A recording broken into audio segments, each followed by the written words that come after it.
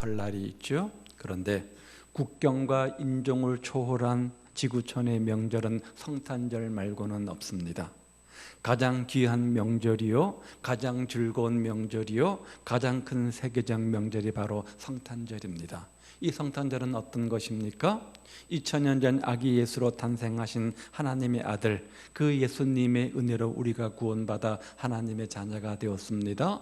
그 아기 예수 탄생을 기뻐하고 기념하는 명절이 바로 성탄절 아닙니까?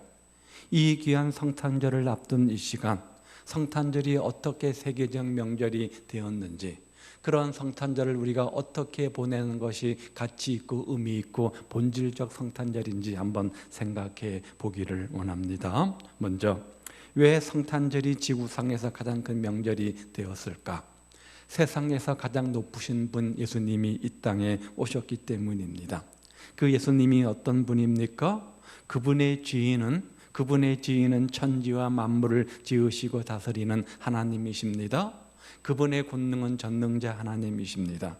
한 나라의 통치의 권위도 엄청난 것이지만 그것과 비교할 수 없을 만큼 우주의 설계자요, 우주의 건설자요, 우주의 관리자가 예수님이십니다. 그래서 요한복음 1장에 보면 만물이 그로 말미암아 지은 바 되었다, 창조주 하나님을 분명히 선포하고 있습니다. 이 예수님께서 오신 날이 성탄절이기 때문에 우리에게는 값지고 의미 있는 절기가 되는 거죠. 또 하나, 세상에서 가장 고마우신 분이 오신 날이기 때문에 그렇습니다. 예수님께서 왜 이 땅에 오셨습니까? 하나님이신 예수님께서 육신의 옷을 입고 이 땅에 오신 이유가 무엇입니까? 일반적인 문제가 아니라 인간의 힘으로 도저히 해결할 수 없는 그런 문제들을, 난제들을 해결하고자 오신 것 아닙니까? 하나님이 아니면 아무리 우리가 노력한다고 해도 해결할 수 없는 그런 문제를 해결하시기 위해서 이 땅에 오신 겁니다. 그게 뭐예요? 죽음의 문제잖아요. 그게 뭐예요? 죄악의 문제 아닙니까? 질병의 문제, 근심과 걱정의 문제를 해결해 주시고자 이 땅에 오셨습니다. 그래서 우리 주님께서 말씀하시기를 수고하고 무거운 인생의 짐진 자들아 다 내게로 오라, 내가 너희를 쉬게 하리라.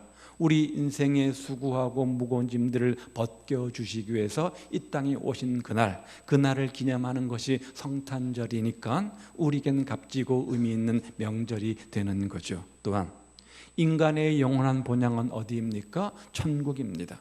언젠가 우리는 천국에 가게 되어집니다. 하나님 품에 안겨서 영생 복락을 누리게 되어집니다. 그런데 이 땅을 살아가는 우리가 그것을 잃어버리고 영원한 본향을 잃어버리고 나그네 삶을 살아가고 영적으로 소경되어 있는 우리의 모습을 보면서 우리에게 그곳을 알게 해주시고 그것을 사모하게 하시고 그것으로 인도하시기 위해서 예수님께서 이 땅에 오셨다는 거예요. 그래서 그 예수님은 우리가 나아갈 길입니다.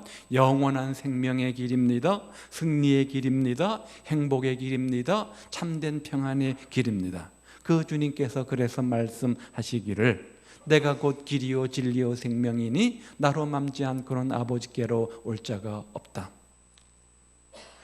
우리를 영원한 하나님 품으로 인도하시기 위해서 길 되신 주님께서 이 땅에 오신 날, 바로 이것이 성탄절이니 우리에게는 기쁨의 날이요 감사의 날이요 축복의 날이 되는 거죠. 그렇다면 두 번째, 이 귀한 명절을 우리가 어떻게 지내야 되는 겁니까? 어떻게 지내야 성탄절을 보다 값지고 의미 있게 보내는 것일까요? 당시 대제사장들과 서기관들처럼 지켜서는 안 될 것입니다.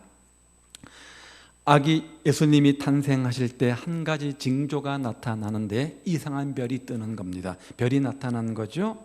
이 별을 동방의 박사들이 처음 발견을 했습니다. 자, 이들은 천문학자들이었습니다. 하늘의 해와 달과 별을 연구하는 사람들이니까 가장 먼저 이상한 별을 발견했겠죠. 동방의 박사들이 국경을 넘어서 예루살렘까지 와서 헤롯 왕에게 이 사실을 말해줍니다. 그러면서 왕이 나신 곳이 어딥니까? 라고 묻죠. 헤롯 왕은 성경의 전문 지식을 지닌 대제사장들과 서기관들을 불러서 예수님이 어디서 나는지 묻습니다. 그리고 그때 대제사장들과 서기관들이 대답을 하는데 5절과 6절 말씀 한번 읽어보죠. 시작. 유대 베들레헴 이오니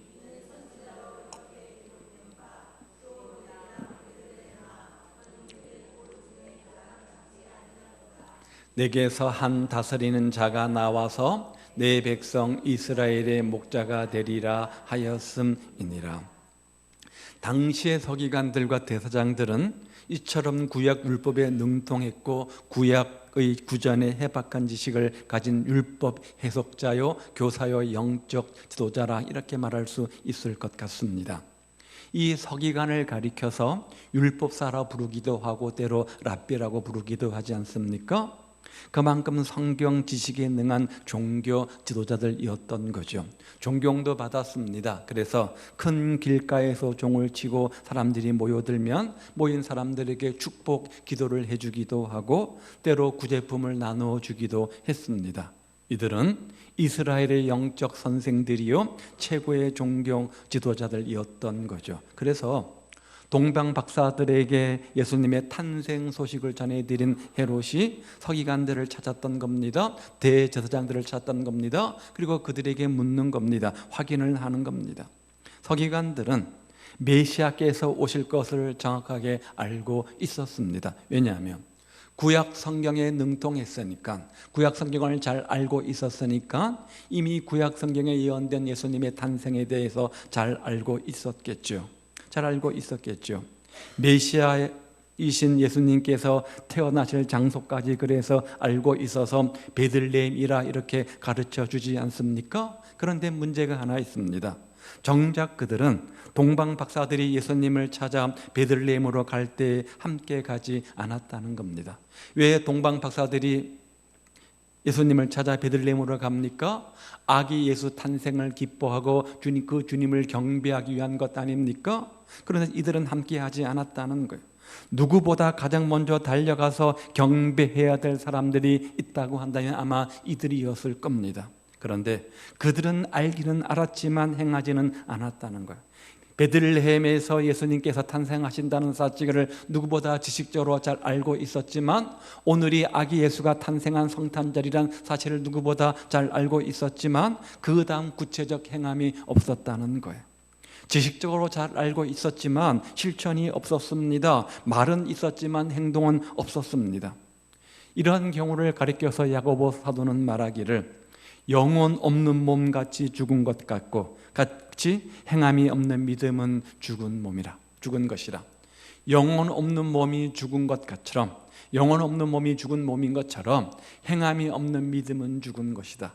아무리 지식적으로 많이 안다고 할지라도, 아무리 머리에 많은 성경 지식을 담고 있다고 할지라도 그거에 근거한 구체적 행함과 실천이 없으면 그것은 아무런 의미가 없다, 이 말 아닙니까?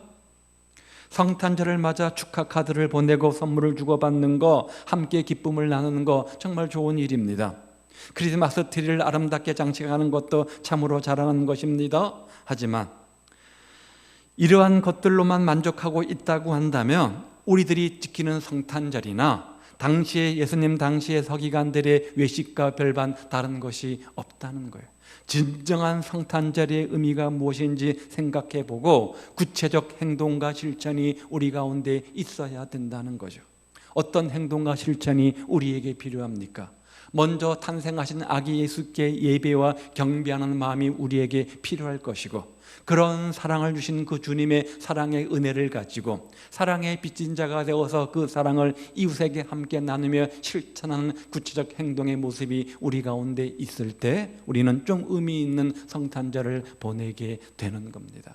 또 하나, 예루살렘 시민들처럼 지켜서는 안 됩니다. 동방 박사들로부터 메시아가 탄생할 것이다 라는 소식들을 전해들은 예루살렘 주민들이 어떤 반응을 보였는가? 오늘 3절 말씀을 보십시오.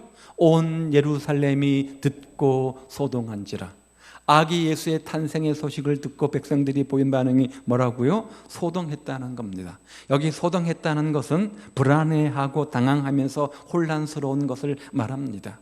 아기 예수가 탄생했는데 그 예수의 탄생의 의미가 뭔지를 생각해 보고 본질을 생각하고 맞이할 준비를 하고 예배를 드리고 경배를 드려야 되겠는데 아직 준비가 되어 있지 못하니까 갑자기 성탄 소식을 듣게 되니까 너무나 황당해서 당황해서 나타난 표현이 바로 소동이란 단어입니다. 그런데 오늘의 경우는 성탄절을 맞이하면서 불안해하거나 당황해하거나 혼란스러워하는 경우는 별로 없습니다. 그런 의미보다는 성탄절의 참된 의미를 깊이 깨닫지 못한 상태 속에서 본질을 잃어버리고 무의미하게 보내는 경우가 참 많이 있는 경우를 봅니다. 예수님께서 하늘나라의 영광을 버리시고 낮고 천한 이 세상에 왜 오셨는가를 깊이 생각해 보는 것이 바로 성탄절의 본질적 의미 아니겠습니까?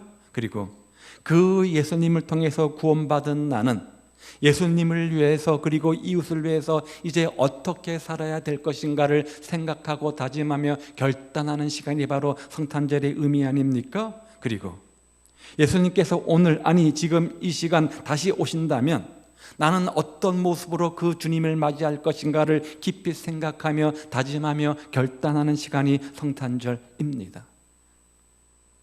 바로 그것이 의미 있는 성탄절이라는 거죠. 세 번째는 베들레헴 사람들처럼 지켜서도 안 됩니다. 베들레헴은 메시아께서 탄생하실 것이다 라고 하는 선지자들이 예언으로 잘 알려진 곳이잖아요. 그런데 그곳 사람들은 아무도 예수님이 탄생하신 사실들을 알지 못했습니다. 왜요? 관심이 없었던 거죠. 관심이 없었던 거죠. 관심이 있으면 생각을 합니다. 관심을 갖게 되어집니다. 관심이 없었던 거예요. 그래서 아기 예수는 늘 자리 없이 찬바람 부는 겨울 짐승의 구유에 누셔야만 하지 않았습니까? 아마 예수님의 육신적 아버지 요셉은 마리아가 산통을 느끼기 시작하자 아내 마리아를 위해서 이 집 저 집 허겁지겁 뛰어다니면서 출산할 방을 구하고자 노력을 했을 겁니다. 그러나 아무도 이 요셉의 애타는 호소의 귀를 기울이지 않았던 거죠. 누구 하나 요셉의 마음을 알고 그 방을 양보하는 사람이 없었던 겁니다. 요셉은 아마도 어쩔 수 없이 바람막이라도 해야 되니까 그런 곳을 찾다 보니까 찾은 곳이 마구간이었을 거고 마구간에서도 좀 더 깨끗한 곳을 찾다 보니까 바로 말구유였을 겁니다. 자, 이것이 아기 예수님께 보여준 베들레헴 사람들의 인심입니다. 차가운 날씨만큼이나 그들의 마음은 차갑고 냉랭했습니다. 이웃의 어려움에 대한 호소에 관심이 없었습니다. 자기 자신의 안일만 생각하는 이기심으로 가득했던 것이 당시 사람들의 마음이었습니다. 아기 예수가 탄생했다고? 그것이 오늘 나와 무슨 상관이 있다고? 성탄절은 미움과 갈등을 싣고 사랑을 나타내는 절기입니다. 예수님께서 우리에게 사랑의 화신으로 오셨던 것처럼 그 사랑을 이웃들에게 마음껏 나눠주는 절기가 성탄절 아닙니까? 어려운 이웃을 찾아서 따뜻한 도움의 손길을 베푸는 절기가 바로 성탄절입니다. 성탄절은 나 자신만 생각하는 이기심을 벗어버리고 이웃의 입장을 우선 고려하고 이웃에게 주님의 사랑을 함께 나누는 절기가 바로 성탄절입니다. 왜요? 그것을 위해서 우리에게 오셨기 때문입니다. 내가 너희를 사랑한 것처럼 너희도 함께 서로 사랑하라. 이것을 구체적으로 실천하고 알려주시기 위해서 주님께서 오셨기 때문에 우리가 진정한 성탄절을 보내려고 하면 내가 받은 주님의 사랑, 그 사랑 가지고 또 다른 이웃들이 함께 사랑을 나누어야 합니다. 그럴 때 보다 가치 있는, 보다 의미 있는 본질적 성탄절을 우리가 보내게 되는 겁니다. 마지막 네 번째, 동방 박사들처럼 지키시기를 바랍니다. 동방 박사들이 구체적으로 어느 나라 사람인지 잘 모르겠습니다.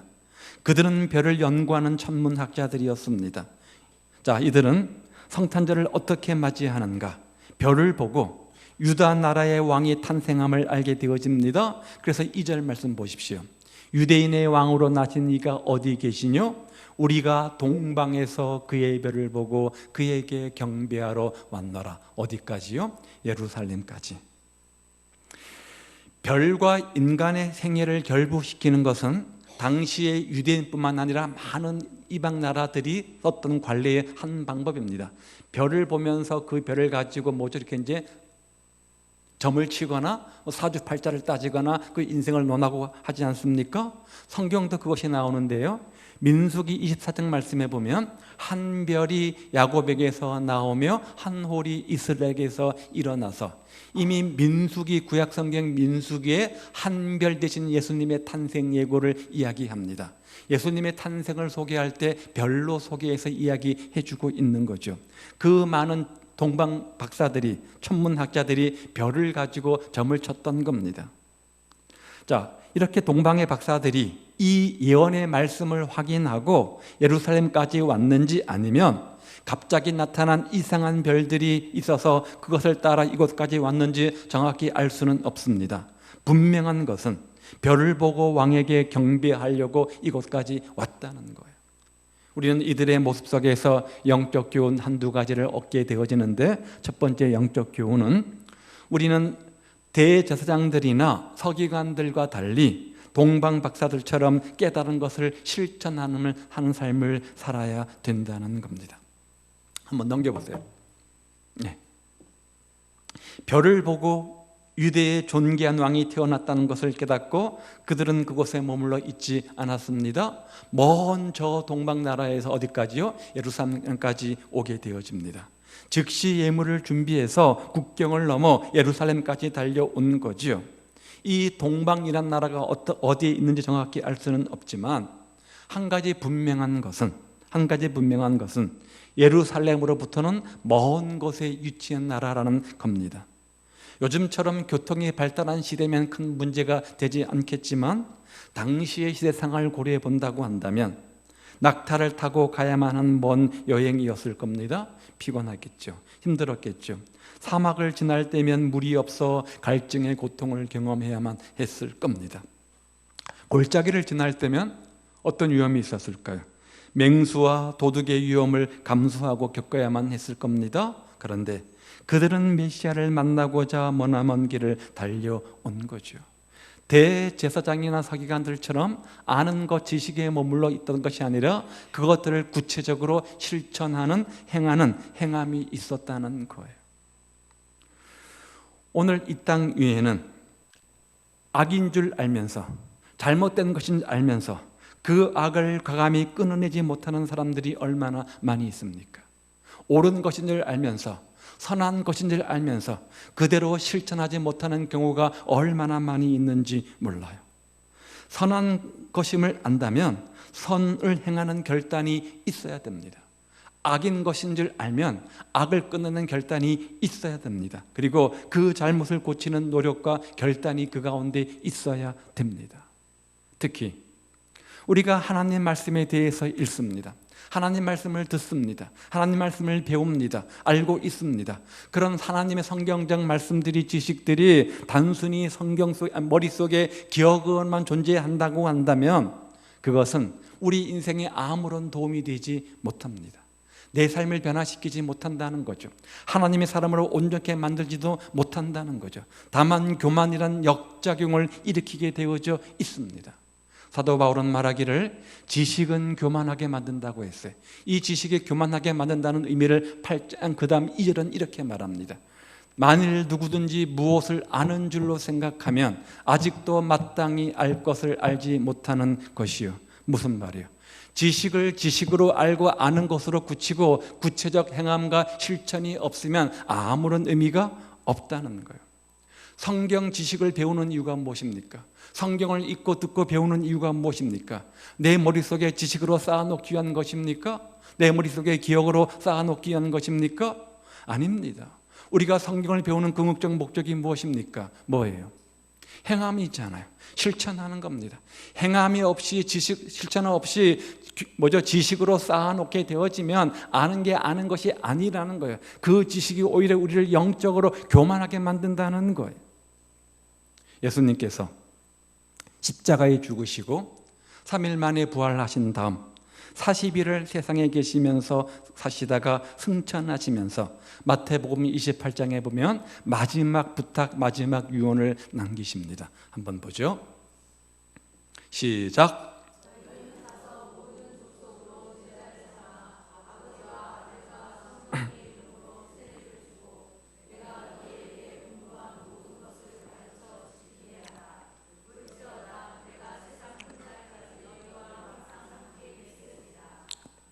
세 가지를 부탁합니다.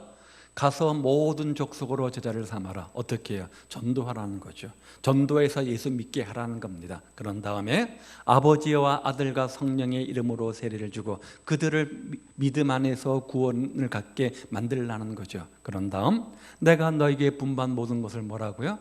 가르쳐 지키게 하라. 가르쳐 지키게 하라. 무슨 말이에요?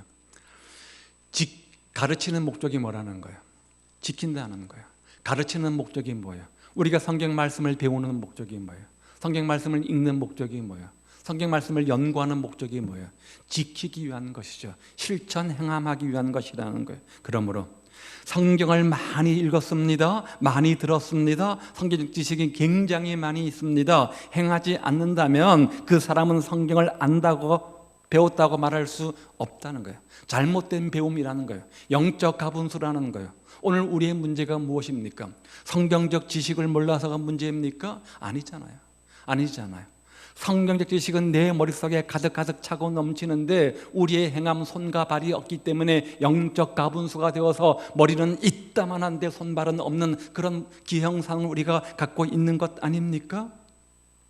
잘못 배운 것은 배우지 않는 것보다 못해요. 알고 실천하지 않는 것은 모르는 것이 낫다는 거예요. 그러므로 우리들은 동방 박사들이 아는 것에 대해서 실천하는 모습을 본받아야 된다는 것이요. 두 번째는 동방 박사들은 경배하며 예물을 드립니다. 경배하며 예물을 드립니다. 11절 말씀을 보도록 합니다. 넘겨주세요. 한번 읽어볼까요? 11절 시작. 집에 들어가 아기와 그 모친 마리아에 함께 있는 것을 보고 엎드려 아기께 경배하고 보배합을 열어 황금과 유향과 몰약을 예물로 드리니라. 이 동방 박사들이 누구라고요? 학문을 연구하는 학자입니다. 예나 지금이나 학자는 명예직이지 부요를 무슨 권리를 갖는 직업은 아니잖아요. 돈 많은 부자는 아니었을 겁니다. 그런데 그들은 정성을 다해 아기 예수님께 예물을 드립니다. 정성을 다해 아기 예수께 예물을 드렸다. 무엇을 보고 할 수 있느냐? 그들이 경배하고 보배합을 열어서 황금과 유학과 몰약을 들었다. 이것을 보면 알 수 있어요. 자, 그 예물을 드릴 때 그들은 정성으로 드렸습니다. 또한 그 예물을 드릴 때 보아주는 사람이 있었어요? 없었어요? 없습니다. 보는 사람이 없었기 때문에 체면 때문에 드리는 예물도 아니었습니다. 또한 그 예수님께서 갓난 아기였기 때문에 예수님께 어떤 도움을 바라고 드리는 뇌물 성격의 예물도 아니었습니다. 누구에 의해서 강요당한 예물도 아니었습니다. 참으로 순수한 정성으로 왕의 왕께 황금과 유향과 몰약을 예물로 드린 거죠. 여기 황금이 의미하는 것은 황금이 뭡니까? 변치 않는 거잖아요. 보석 중에 보석 아닙니까? 보물의 상징입니다. 변함없는 것이 특징입니다. 그러므로 신하가 왕께 존귀와 충성을 다짐할 때 드리는 것이 바로 황금입니다. 우리는 우리 왕 되신 주님, 내 인생의 통치자신 주님께 내 인생, 내 삶을 주 앞에 충성하며 헌신하겠습니다 라는 마음의 고백으로 황금을 드린다는 거예요. 그런 의미가 여기 있다는 거죠. 또한 유향은 값비싼 향료 아닙니까? 색깔이 흰색이기 때문에 유향이라고 불린다고 해요. 이 향은 성전 제사의 분향에 사용되었습니다. 향기가 2km까지 퍼졌고요. 한 번 향기가 나면 100일 동안 지속되었다고 합니다. 이 유향이 상징하는 것은 하나님과 인간 사이의 중보자로 오신 분이 누굽니까? 우리 예수님이잖아요. 그 예수님의 사역, 그 권위를 우리가 인정하는 것이 바로 이 예물의 의미입니다. 하나님이신 예수님께서 내 죄를 사하시고 하나님의 사랑하는 아들로 삼으시기 위해서 이 땅에 중보자로 오셨다. 무엇을 통해서요? 복음을 통해서, 말씀을 통해서 그 사역의 영적 권위를 인정하는 것이 바로 이 예물의 의미입니다. 몰약은 똑같은 향료입니다. 시체를 썩지 않게 많은 방부제 역할을 했기 때문에 굉장히 고가였다고 하죠. 그래서 아무나 시체에 이 몰약을 바르는 것이 아니라 부잣집 사람, 굉장히 귀한 사람들의 시체에만 사용할 정도로 고가품이었는데, 이 몰약이 의미하는 것은 예수님께서 나를 위해서, 예수님께서 우리 인류를 위해서 십자가에 죽으실 것을 예견하고 드리는 예물이 바로 이 몰약의 의미입니다. 그렇다면 성탄절을 맞는 우리들은 무슨 재물, 무슨 예물을 가지고 주 앞에 나가야 됩니까? 우리에게는 값비싼 황금도 없습니다. 우리에게는 값비싼 유향도 없습니다. 우리에게는 값비싼 몰약도 없습니다. 그러면 우린 드릴 것이 없는 겁니까?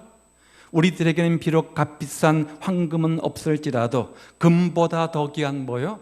믿음은 있잖아요. 그 믿음을 주께 드리면 되는 거예요. 우리에게는 값비싼 유향은 없지만 그러나 우리들은 복음 증거를 통해서 예수님의 사역을 계승해가지고 하나님과 인간 사이의 중보자로 오신 그 예수님의 남은 사역을 대신 우리가 계승하면 되는 거예요. 금방 읽어봤잖아요. 너희는 아버지와 아들과 성령의 이름으로 세례를 주고 가르쳐 지켜 제자를 삼으라. 마지막 지상 유언 아닙니까? 그렇게 사명의 계승자로서 그 사명 감당하면 되는 거예요. 이것보다 더 값진 재물이 어디 있습니까? 더 값진 예물이 어디 있습니까? 우리에겐 값비싼 모략은 없습니다. 그러나 나를 위해서 세상에 오셨고 나를 위해 죽으신 아기 예수님의 은혜에 감사하며 그 주님께 전적으로 헌신하며 사나 죽으나 다 주를 위한 자의 삶, 내가 먹든지 마시든지 다 하나님께 영광을 돌리는 삶, 그리고 그 사랑의 빚진 자가 되어서 기쁨으로 봉사를 다짐한다면 이것만큼 더 값진 예물이 어디 있겠습니까?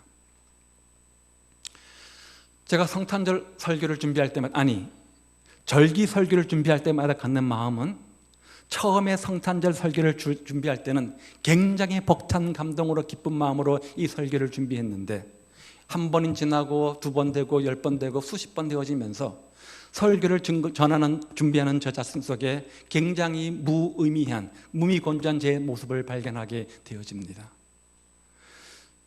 준비하며 전하는 저도 이런 무미건조한 마음을 갖게 되어지는데 성탄절 설교를 듣고 있는 여러분 마음속은 어떨까?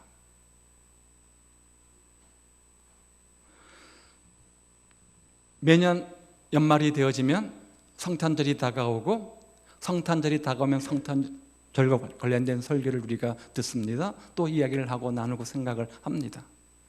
그렇게 한 번, 두 번 반복되다 보면 내 마음속에 성탄절의 참된 의미 본질은 퇴색된 지 오래되어져 버렸고 무미건조한 무의미한 것들만 남아있는 우리의 모습들을 보지 않습니까? 대제사장과 서기관들, 예루살렘 사람들, 베들레헴 사람들, 바로 그런 그들이었습니다. 어쩌면 그들의 모습이 오늘 우리의 모습은 아닙니까? 대제사장과 서기관들처럼 말로만 지켜서는 안 되겠습니다. 예루살렘 사람들처럼 준비 없이 본질을 퇴색시켜서도 무의미하게 그저 스쳐 지나가는 또 하나의 명절, 또 하나의 절기 이렇게 지켜서도 안 될 겁니다. 베들레헴 사람들처럼 무관심한 마음으로 지켜도 안 될 겁니다. 혹시 그것이 우리의 마음이라고 한다면 다시 한번 참된 성탄절의 의미 본질을 되새기면서 그 의미를 회복하는 시간들 되시기를 우리 주님의 이름으로 축복을 드립니다. 그래서 동방박사들처럼 깨달은 대로 사랑을 실천하며 그 의미를 되새기고 내 모든 정성을 다해서 내 인생의 황금, 내 인생의 유향, 내 인생의 몰약을 기꺼이 주 앞에 내어드림으로 정말 경배하는 지혜롭고 복된 성도들 다 되셔서 오늘 이번 성탄절이야말로 우리 모든 성도들에게 즐거운 성탄절 이전에 뜻깊은 의미 있는 그런 성탄절 되시기를 우리 주님의 이름으로 축복을 드립니다.